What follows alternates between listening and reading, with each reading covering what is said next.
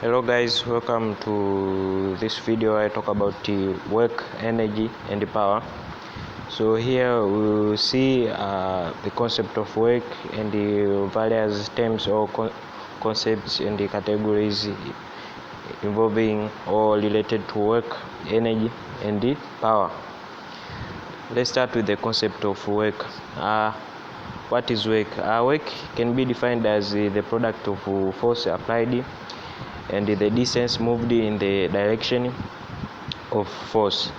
So if there is a force applied and it moves in a certain direction, if an object is moved in that direction of force, so it is considered as a work done. So if the work is when you mean the work is applied, it means that there is a force applied and an object or body is moved to the direction of that force. So simply you can get work as multiplying force applied to the distance moved in the direction of particular force. Now the SI unit of work done is joule, and the other units are kilojoules, megajoules and the Newton meter.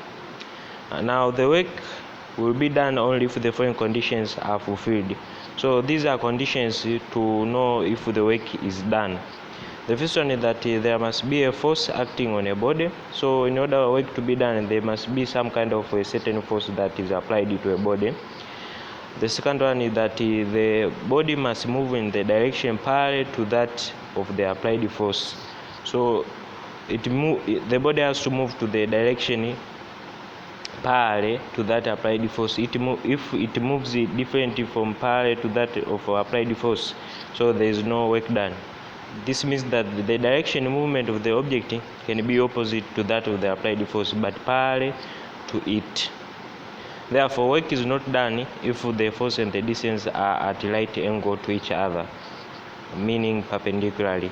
So work cannot be done. This has to be noted that if there is a force applied and the distance moved in a relation to a perpendicular, so there the work cannot be done.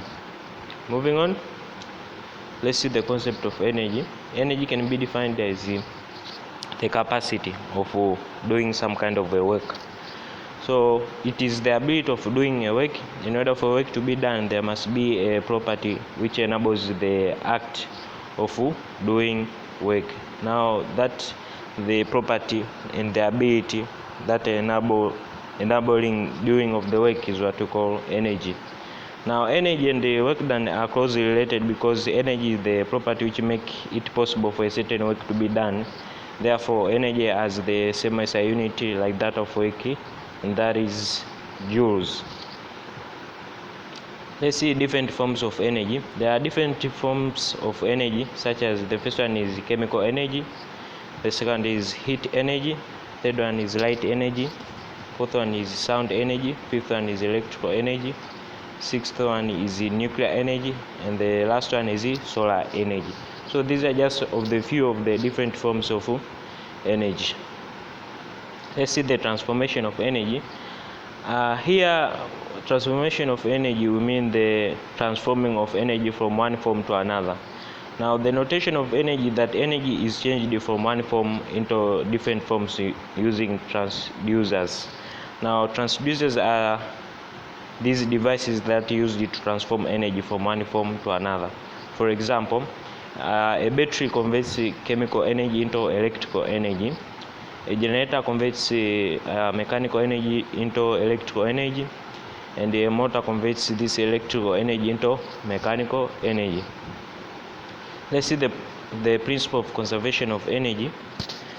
Simply as we have seen before, that energy can be transformed from one form to another, but energy can never be created. So the energy which is already cycling in the universe can never be removed, or it is impossible to create a new amount of energy in the universe. That is, the energy is keeping in changing from one form to another. Now this is well described by this principle of conservation of energy, which states that energy is neither created nor destroyed, but can be transformed from one form to another. So this is the principle of conservation of energy. Let's see mechanical energy. Mechanical energy is the kind of energy which is associated with the position and the motion of a body. So as you can see in the definition, this kind of energy has position and the motion involving to a body. Now from there you can get the two forms of mechanical energy. The first one is the potential energy, which is the energy possessed by the body due to its position. So when a body is in its position, it possesses this kind of energy that is known as potential energy. Now its SI unit is also joules, as we've already said that it's a kind of an energy. Now potential energy of a body depends on its mass, gravitational strength G, and the height, that is denoted by H.